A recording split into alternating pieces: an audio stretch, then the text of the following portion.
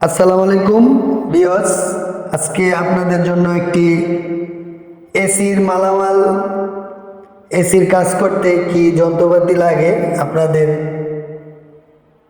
দেখাবো। একটি ভিডিও নিয়ে আসছি। আমার পেজটি যদি আপনারা সাবস্ক্রাইব করে না থাকেন তাহলে সাবস্ক্রাইব করে দিবেন। এই যে এটা হলো প্রেসার পাম্প। এটা প্রেসার দিয়ে এসির মধ্যে দেখতে হয়, বাতাস প্রেসার দিয়ে যে এসিটা আপনার লিক আছে কিনা। আর এটা হলো বেগুন পাম্প। আপনি যখন গ্যাস করবেন তখন এই পাম্প দিয়ে এসির আউটডোর চেম্বার থেকে বাতাস বের করে নিতে হবে।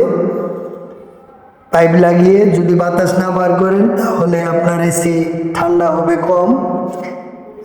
এটা হলো বেগুন পাম্প, এটা দিয়ে আপনি বাতাসটা বের করবেন সাক করে চেম্বার থেকে। এটা হলো আপনার প্রেসার গেজ মিটার। দুইটা প্রেসার গেজ মিটার আমার এটার মধ্যে, সিঙ্গেলও পাওয়া যায়। এটা হলো কমন পাইপ। এটা হলো আপনি বোতলের মধ্যে লাগাবেন, আর এটা হলো আপনার এসির মধ্যে ফিটিং করবেন। ফিটিং করার পরে আপনি গ্যাস ছাড়বেন। আর মাঝেরটা সবসময় কমন থাকবে, আর সাইডেরটা হলো আপনি কোন সাইডের মিটারটা ইউজ করবেন। এই পাশেরটা হলে এই পাশের সাইডেরটা ব্যবহার করতে হবে পাইপ। আর এইভাবে পেঁচিয়ে আপনারা টাইট ক্লোজ করতে পারবেন। এটা হলো আপনার ফ্লারিং টুলস। ফ্লারিং টুলসের কাজ হলো আপনি পাইপ কাটবেন। পাইপের আপনি এটা দিয়ে কেটে পাঞ্চ করতে হবে। এই যে এটা হলো পাঞ্চ, কত নাম্বার আপনি পাঞ্চ করবেন। এই যে এখানে লেখা আছে প্রতিটা পাইপের সাইজ।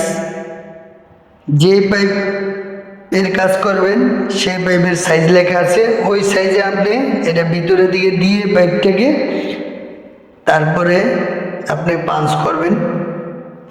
পাঞ্চের টিপটা দিয়ে এই যে প্রতিটা পাইপের নাম্বার এই জায়গায় দেওয়া আছে, 1x4, 1x8, 1x5 এরকমভাবে। এই যে প্রতিটা গ্যাপ হলো আপনার পাইপের। এটা দিয়ে আপনি পাইপ কাটবেন। এটা হলো পাইপ কাটার, এসি পাইপ কাটার। এটার ভিতরে আপনি পাইপটা এরকমভাবে দিয়ে এই যে এরকমভাবে দিবেন।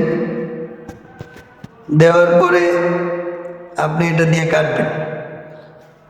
আর এটা হলো আপনার পাইপটা পাঞ্চ করার। পাইপটা এটার মধ্যে দিয়ে মাথাটা দিয়ে আপনি টাইট করে এভাবে বসিয়ে পাঞ্চ করবেন পাইপ। আমার ভিডিওটা যদি আপনাদের ভালো লেগে থাকে পেজটাকে সাবস্ক্রাইব করে দিবেন। নতুন নতুন ভিডিও পেতে আমার ইউটিউব চ্যানেলের পাশে থাকবেন। আশা করি আপনাদের জন্য আরও নতুন ভিডিও নিয়ে আসব। আল্লাহ হাফেজ।